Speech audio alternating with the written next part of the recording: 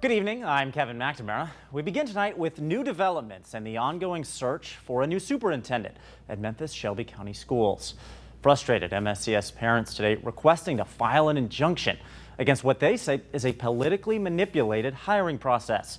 They want the state to conduct a forensic accounting audit of the school board and to appoint a special board to specifically oversee the hiring process. We want to say, and who's educating our children. We're taking our children backwards.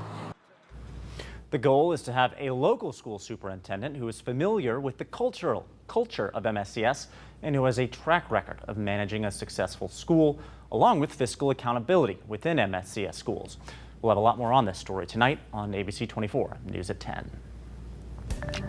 But the problem's continuing for MSCS, as for 7 years, the state's Department of Education has been trying to come up with a fair way to grade the state's public schools. Earlier this week, those letter grades came out, but MSCS says the grading system isn't fair.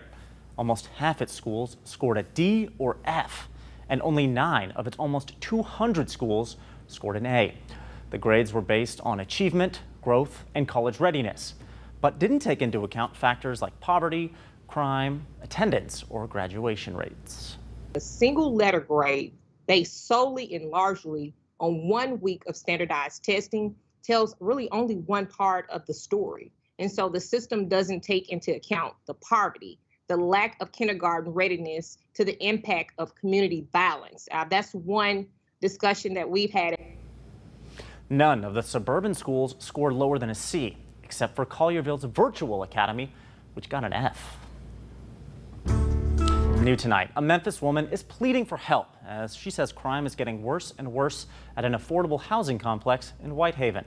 Brianna Washington says she has lived in the Gospel Gardens apartments near Tulane Road for 3 years. During that time, she says crime has gotten out of control in the area. Data from just this month show reports of domestic violence, weapons violations, vandalism, and even stolen property at the apartment complex. Now, Washington is calling on the community to put a stop to it. Don't let someone you know walk out the house with an AK-47. Where are you going? Speak up. Like, where are you going? Speak up. Tell them to stop. And no one wants to speak up. That's really what needs to happen. Speaking up, because of course the police can't do everything. We'll hear more from Washington and efforts to cut down crime at Gospel Gardens tonight at 10.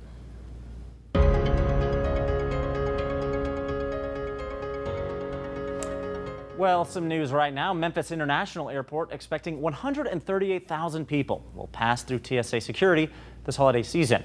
While that's not as condensed as a travel time as Thanksgiving, parking will still be at a premium. The airport says its most busy time is in the early morning. So give yourself 2, if not 3 hours, and make sure you know what can and cannot go in your carry-on luggage. Speaking of the airport, a Miami design firm has won the contract to design what could be a $250 million parking ramp for the car rental business at the airport here in Memphis. Announced this week at the meeting of the county airport commissioners, the bid went to EXP US Services, Inc., a company with no previous track record at the airport. At the minimum, the design contract will grow to about $15 million. The airport is getting ready to embark on several years of massive construction projects, including the modernization of the front of the terminal, untouched since 1963.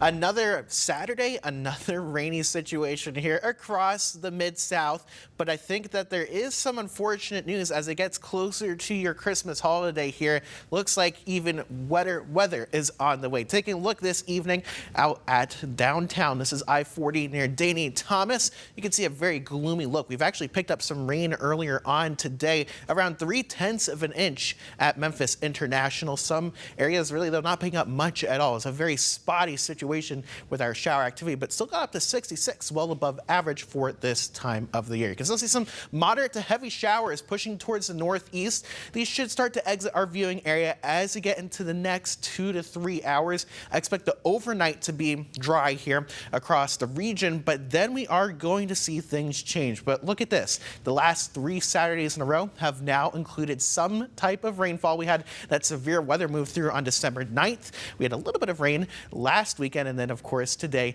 picking up some showers here in the Memphis area. Looking hour by hour as you go throughout the next couple of days. Notice it's going to be quiet in the overnight period as we head into tomorrow. Showers starting to increase out of the west around the late afternoon period. And overnight, we could see a couple rumbles of thunder. Not expecting any severe weather with this, but around 3/4 to an inch of rain possible by about 9 to 10 o'clock on your Christmas morning. We should be drying out, though. The cloud cover likely sticking around, and temperatures are going to be mild for this time of the year. So looking at tomorrow's forecast, notice that chance of rain really starting to increase towards late afternoon and early evening hours, around an 80% chance of rain by 8 p.m. with temperatures right around 60 degrees. For your Christmas Day forecast, you can see right around 64 degrees with showers mainly in the morning hours.